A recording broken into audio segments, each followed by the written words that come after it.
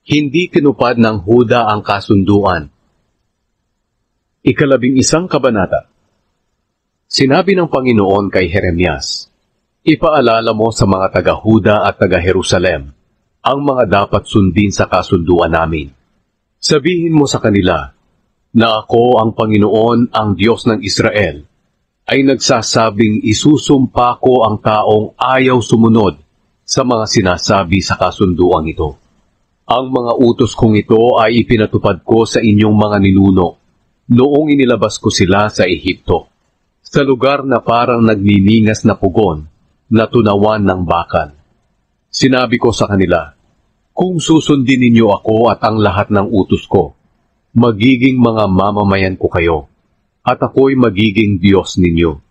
Nang sa ganoon tutuparin ko ang aking ipinangako sa inyong mga ninuno, nabibigyan ko sila ng maganda at masaganang lupain, ang lupaing tinitirhan ninyo ngayon. At sinabi ko, siya nawa, Panginoon. Pagkatapos, muling sinabi sa akin ng Panginoon, pumunta ka sa mga bayan ng Huda at sa mga lansangan ng Jerusalem, at sabihin mo ito, alalahanin ninyo ang kasunduan ninyo at sundin ninyo ang isinasaad sa kasunduang ito. Mula nang inilabas ko ang mga ninuno ninyo sa Ehipto hanggang ngayon, paulit-ulit ko silang pinagsasabihan na dapat nila akong sundin. Pero hindi sila nakinig, at hindi nila pinansin ang sinabi ko. Sa halip sinunod nila ang nais ng matitigas at masasama nilang puso. Sinabi ko sa kanila na sundin nila ang kasunduang ito, pero hindi nila ito sinunod. Kaya ipinadala ko sa kanila ang lahat ng sumpa na nakasaad sa kasunduan. Muling sinabi ng Panginoon sa akin, ang mga taga-Huda at taga-Jerusalem ay may balak na masama laban sa akin. Tinularan nila ang mga kasalanan ng mga ninuno nilang hindi naniwala sa mga salita ko. Sumamba rin sila sa mga Diyos-Diyosan. Ang mga mamamayan ng Israel at Huda ay parehong sumuway sa kasunduang ginawa ko sa mga ninuno nila. Kaya ako, ang Panginoon, ay nagsasabi na magpapadala ako sa kanila ng kaparusahan na hindi nila matatakasan. At kahit na humingi sila ng tulong sa akin, hindi ko sila pakikinggan. Kaya hihingi na lang sila ng tulong sa mga Diyos-Diyosang pinaghahandugan nila ng insenso. Pero hindi naman sila matutulungan ng mga Diyos-Diyosang ito kapag dumating na ang kaparusahan.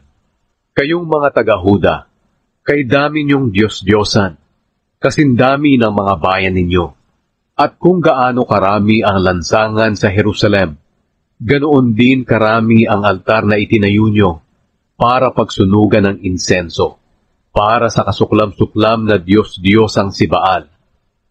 Kaya Jeremias, huwag ka nang manalangin para sa mga taong ito.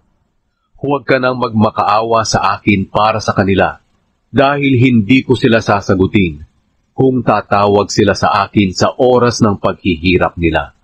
Gumawa ng maraming kasamaan ang mga mamamayan na minamahal ko. Wala silang karapatang pumunta sa templo ko.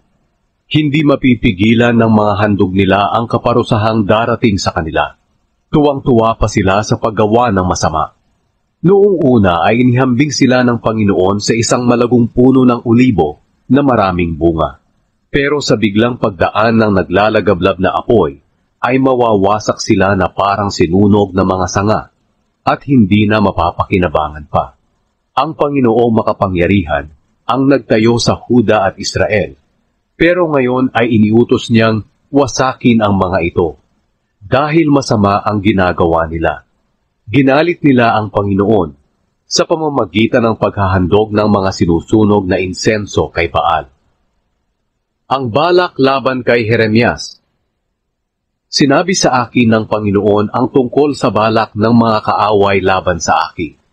Tulad ako ng isang tupang dinadala sa katayan nang hindi ko nalalaman.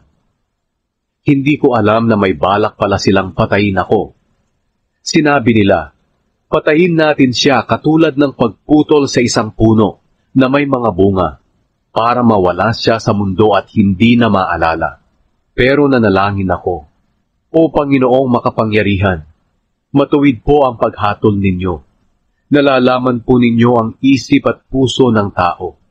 Ipakita niyo po sa akin ang paghihiganti niyo sa kanila, dahil ipinaubaya ko sa inyo ang usaping ito. Nais ng mga taga-Anatot na patayin ako, kung hindi ako titigil sa pagpapahayag ng mensahe ng Panginoon. Kaya ito ang sinasabi ng Panginoong makapangyarihan. Parurusahan ko sila. Mamamatay sa digmaan ang mga kabataan nilang lalaki, at mamamatay sa gutom ang mga anak nila. Walang matitirang buhay sa mga taga-Anatot, dahil malilipol sila sa oras na parusahan ko na sila.